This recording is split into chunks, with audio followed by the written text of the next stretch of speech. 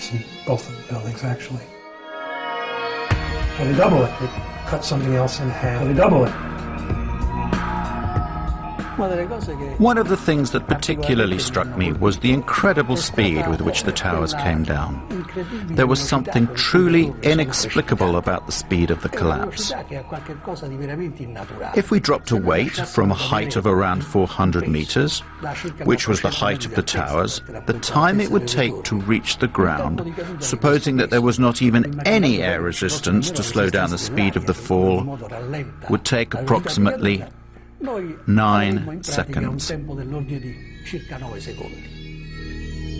Took about 8 or 10 seconds for the whole tower just to go straight down. The impact was at about 2/3 of the way up the tower.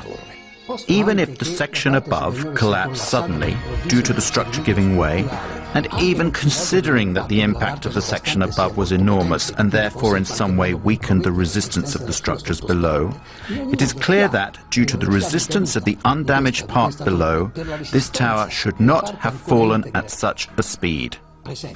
But it fell as if there was nothing below it, whereas there was an enormous structure below, a resistance structure that should have slowed down the speed of the collapse considerably.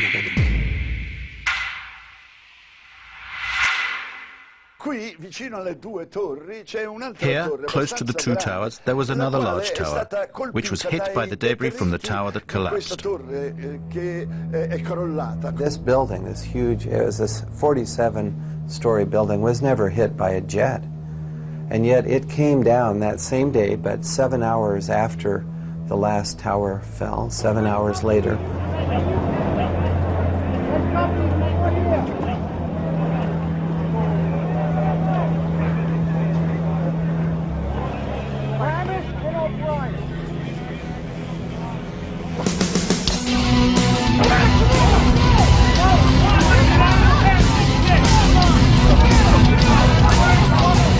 We measure the time of fall.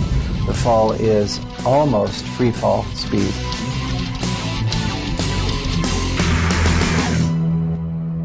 The collapse of the North Tower inflicts some damage to Building 7, causing fires to ignite on a few floors.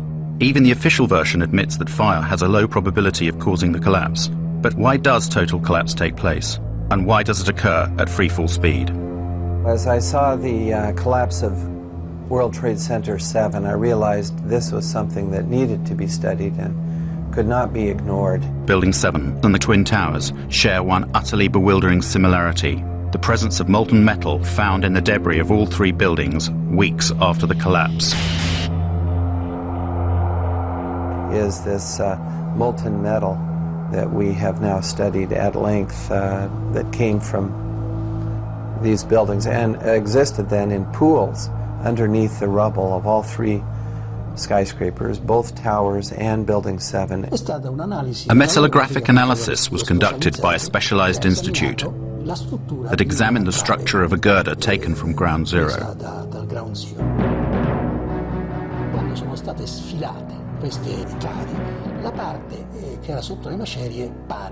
When these girders were extracted from under the rubble, it seems as if parts of them had melted. This is totally inexplicable because the temperatures reached by the fires could only have been 800 degrees at the most. To melt a steel girder, you have to reach temperatures of around 1600 degrees. How could this be?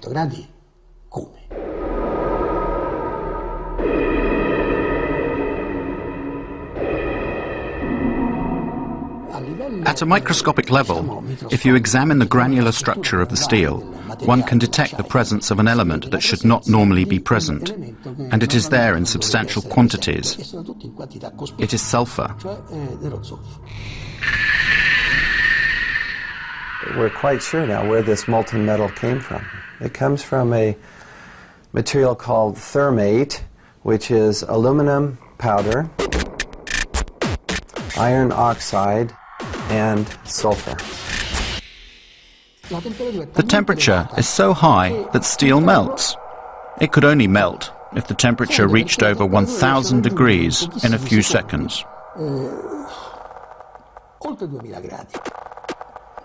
The use of thermite could certainly have caused the fusion apparent in the steel beams.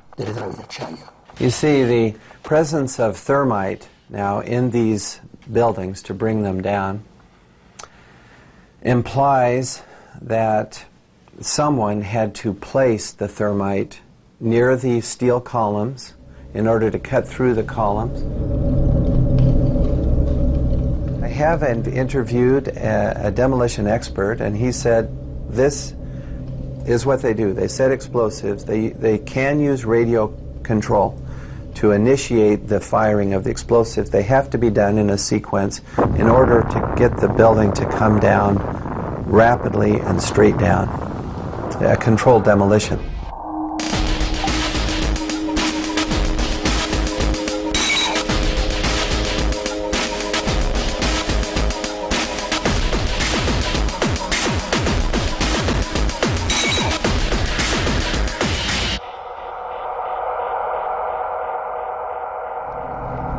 Scientists, we look at different hypotheses, different explanations, but then we have to look at all the data to see which explanation fits the best. You have to incorporate all the picture. Yes, you may take an isolated fact like the plume and say, well, perhaps that was a high air pressure that somehow blew a window out, but that will not account for the molten metal or the sulfidation or the molten pools. When the South Tower collapsed and blew into my apartment directly across from the World Trade Center, I saved the dust. I gave it to Stephen Jones. The dust that was provided by Mrs. McKinley is very interesting because it's like a snapshot of the residue being produced by the tower during its collapse. It's perfect. Now we look in the dust and we see metal droplets. And when I saw that, I thought, whoa. This is what I expect from thermite because I've done a number of thermite experiments and you get small metal drops being thrown out in all directions. And this is what we see in the dust now, these little metal drops. We also see barium. This is very interesting because barium nitrate and sulfur are part of the military patent on what is known as thermate. This is thermite with sulfur and barium nitrate added to make this material cut more rapidly through steel. Now, barium is a very toxic metal, so one would not ordinarily expect this to be present in the large concentrations that we see. So the fact that we see it in these and in the dust is a very strong indication to me that the military form of thermite that has been used. It turned out that literally dozens of firefighters and emergency medical workers had given testimony that they had heard 1, 2, 3, 7, 8, some said 10 explosions going off in the building. Some of the people in the buildings reported that they were banged around and knocked downstairs by explosions. Other people testified to seeing flashes, and many of them said it looked just like on TV when we see them bring down buildings with explosions. We saw the flashes, we saw the demolition rings, we heard the sounds. I worked there for 20 years and I was a janitor, the person that cleaned all the floors. The building has 6 sub-levels of basement. The support companies for the cleaning of the World Trade Center were located on Big 1. While I was there at 8:46, all of a sudden we hear boom, an explosion so hard that pushed us up. When I went to verbalize it, like 6 seconds after, we hear that boom, that impact all the way on the top. So 2 different events, and at that very moment when I said, oh my God, a guy comes running into the office, and this guy had his hands extended, both arms like this, and his skin was pulled totally from both arms, and it was hanging from the top of the fingertips like it was clothing. And I thought at that time that it was clothing. And when I went to say something, I realized, I looked at his face, I realized that he had missing parts of his face. He had, on that particular day, the only master key. He went up with a master key, unlocking door after door so firemen could get in, and he himself, I think he said, brought out 15 or 20 people. So I started opening the doors of the stairwells so people could escape. Willie was made a hero, and he was at the White House. And we have a picture of that, of George Bush honoring Willie Rodriguez for being a hero. We hear boom, boom, boom, different explosions.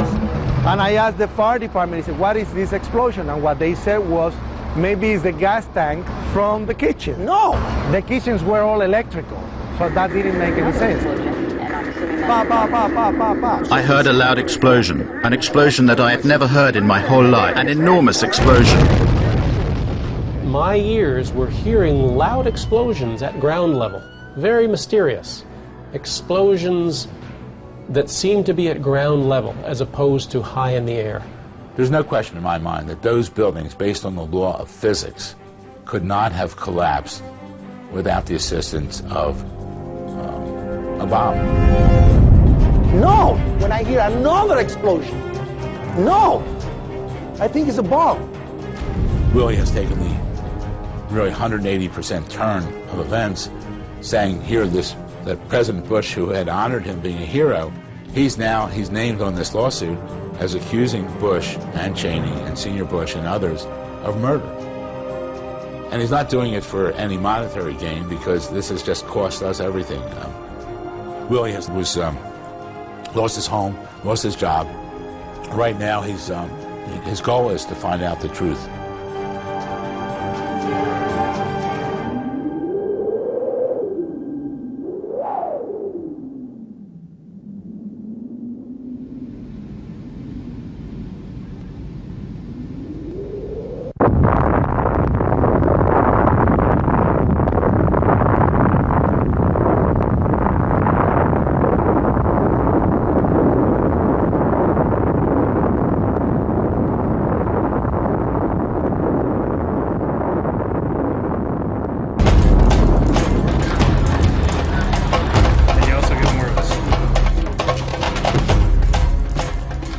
According to the official story of the 11th of September, at 9:37 a.m., American Airlines Flight 77 crashed into the Pentagon.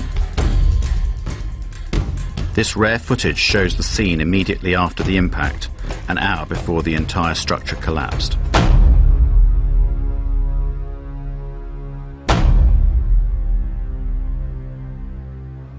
As you can see, it is a rather unusual scene. One would reasonably expect to see something of this sort. That is to say, pieces of the airplane, suitcases, debris everywhere, just like every other air crash on land. Instead, there is no substantial visual evidence of debris. I had been on some accident investigation sites in the Air Force, and I have never come across any accident scene where there's no telltale evidence of the airplane that crashed. Here we have airplane sites, crash sites, that give zero evidence. Where did the aeroplane go? Did it break up against the wall of the Pentagon? If it had done so, thousands of parts of the plane should have been scattered all over the disaster zone. You know, things like engines and landing gears and brakes and tires are very difficult to destroy. Very difficult, because they're made out of very high-tempered steel, and I don't believe the airplane could be made to go fast enough to pulverize those things. I've never seen that happen before. You look around, there's a 16-foot hole for an airplane that's 100 and some feet wide.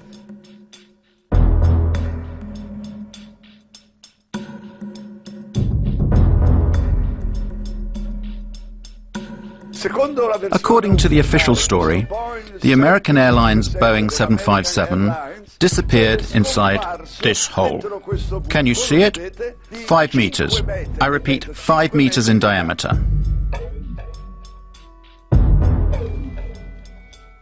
Let's make some calculations. A Boeing 757 is, including its wingspan of course, 38 meters wide. And including the rudder or the tail fin, it is 13.5 meters high. To get all of this huge aircraft into a hole 5 meters wide seems rather implausible to me.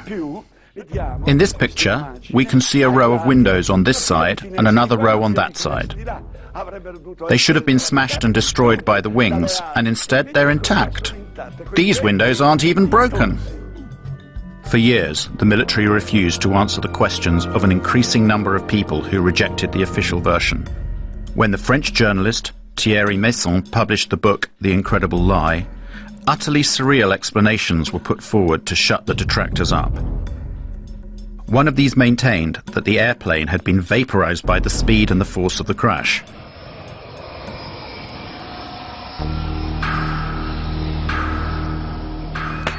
One very strange thing that doesn't make sense is the disappearance of various components of this Boeing. For example, the 2 engines. And what about the plane's wings? Where did they go? Had they been gasified? Instead, we are told the fuselage remained intact, and it smashed through the whole outer wall of the Pentagon.